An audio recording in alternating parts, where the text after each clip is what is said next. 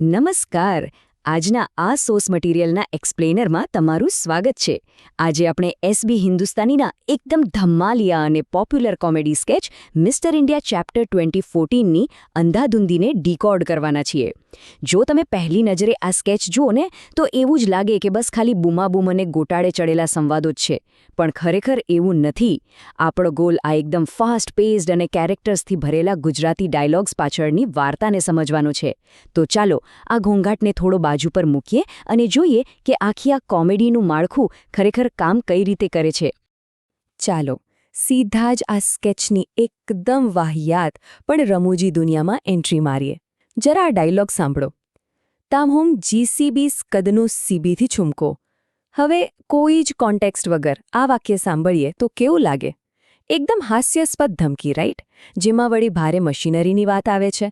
એક સામાન્ય લોકલ ઝઘડામાં સીધું જ આવું આક્રમણ અને જેસીબીથી નુકસાન પહોંચાડવાની વાતો રિયલ લાઈફમાં તો આ બહુ ભયાનક લાગે, પણ અહીંયા આ જ ઓવર ધ ટોપ વાત આપણને હસાવે છે. વાત શરૂ ક્યાંથી થાય છે ને ક્યાં પહોંચી જાય છે તેનું આ બેસ્ટ એક્ઝામ્પલ છે. તો શરૂઆત કરીએ પહેલા ભાગથી, ધ કોમેડિક સેટઅપ, એટલે કે શરૂઆતનો જબરજસ્ત તણાવ. હવે જો, આ સ્કેચ કોઈ ધીમી શરૂઆત નથી કરતો. એકદમ ટિપિકલ દેશી ઝઘડાની જેમ અહીંયા પણ વાત સીધી જ કાચી અને ફાસ્ટ-પેસ્ડ મારામારીની ધમકીઓથી ચાલુ થાય છે.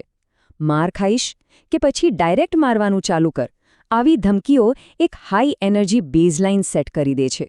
આ કોઈ ફોર્મલ મીટિંગ તો છે નહીં, સીધી જ બબાલ છે.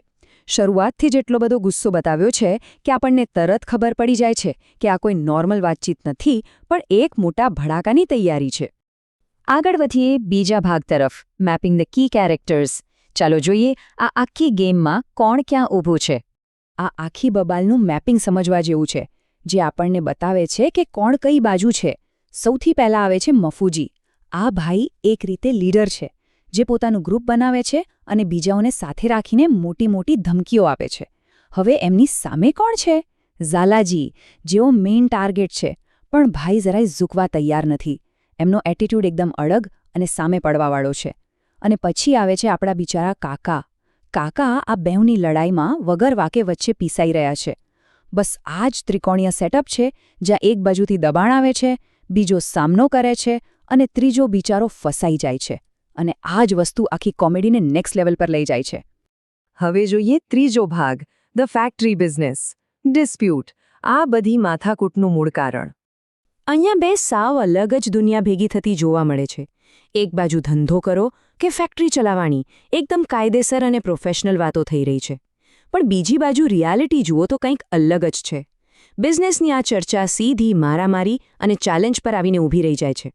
જરા વિચારો, ફેક્ટરી ચલાવવાની વાત ક્યાંથી ક્યાં પહોંચીને સીધી મારામારી પર અટકે છે, અને આ જ કોન્ટ્રાસ્ટ આપણને હસાવે છે. બે પાર્ટનર વચ્ચેની બિઝનેસ ડીલ સીધી ગુંડાગીરીમાં બદલાઈ જાય એ આખા સીનની સૌથી મોટી આયરની છે. હવે આવે છે આ સ્કેચનો સૌથી ક્રેઝી ભાગ, ધ જેસીબી એસ્કેલેશન, એકદમ પીક પોઈન્ટ. આમાં સૌથી ઇન્ટરેસ્ટિંગ અને હાસ્યાસ્પદ વસ્તુ ખબર છે શું છે? એકદમ ભારેખમ કન્સ્ટ્રક્શન મશીનનો આવા નાનકડા લોકલ ઝઘડામાં ઉપયોગ.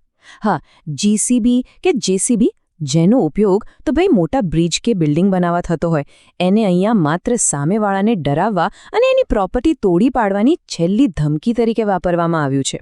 ખાલી વિચારો, એક નાનકડી દલીલ જીતવા માટે આખો જેસીબી લઈને આવવાની અને બધું તોડી પાડવાની વાત જ એટલી ઓવર ધ ટોપ છે કે સિરિયસનેસને ખતમ કરીને પ્યોર કોમેડી ઊભી કરી દે છે.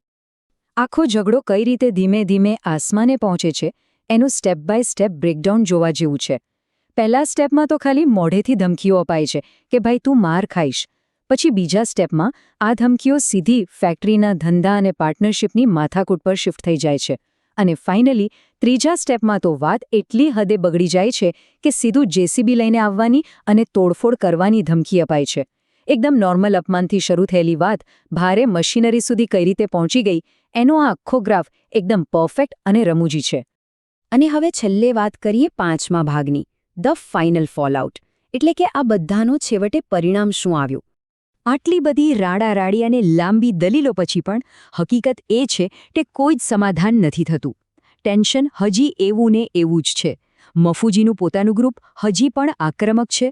બીજી બાજુ ઝાલાજી એક પણ ઇંચ પાછળ હટવા તૈયાર નથી, એમનો ઈગો હજી અકબંધ છે. અને પેલા બિચારા કાકા જેમને વગર લેવે દેવે આમાં ખેંચી લેવાયા હતા એ હજુ પણ આખી માથાકૂટનો ભોગ બની રહ્યા છે. આપણે શરૂઆતમાં જે પાત્રોનું સેટઅપ જોયું હતું ને એ અંતમાં પણ એવું જ છે. કોઈએ પણ પોતાની જગ્યા છોડી નથી, બસ ખાલી અવાજનું વોલ્યુમ વધી ગયું છે. તો આ આખા વિશ્લેષણ પછી એક બહુ મોટો સવાલ મનમાં થાય, ખરું ને?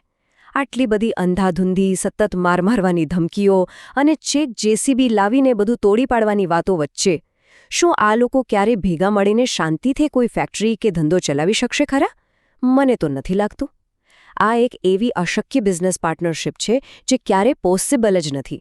પણ હા, એમની વચ્ચેની આ માથાકોટ અને ગેરસમજણ આપણા માટે મનોરંજનનો ફૂલ ડોઝ જરૂર આપે છે. તો બસ આજના આ સોર્સ મટીરિયલના એક્સપ્લેનરમાં આટલું જ. મને ખાતરી છે કે હવે આ ગોટાળે ચડેલા ડાયલોગ્સ પાછળનું કોમેડી સ્ટ્રક્ચર તમને એકદમ ક્લિયર થઈ ગયું હશે. ફરી મળીશું એક નવા ટોપિક સાથે. ત્યાં સુધી આવજો.